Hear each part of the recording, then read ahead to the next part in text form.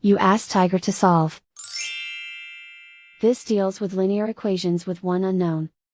The final result is w equals -1. Let's solve it step by step. Simplify the expression. Expand the parentheses. Simplify the arithmetic. Group like terms. Combine like terms. Group all constants on the right side of the equation. Add 8 to both sides. Simplify the arithmetic.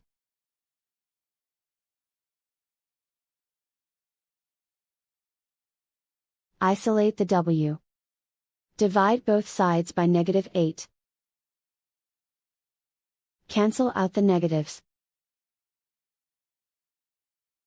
Simplify the fraction.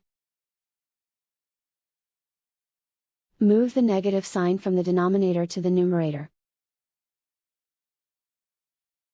Simplify the fraction. And so the final result is w equals -1.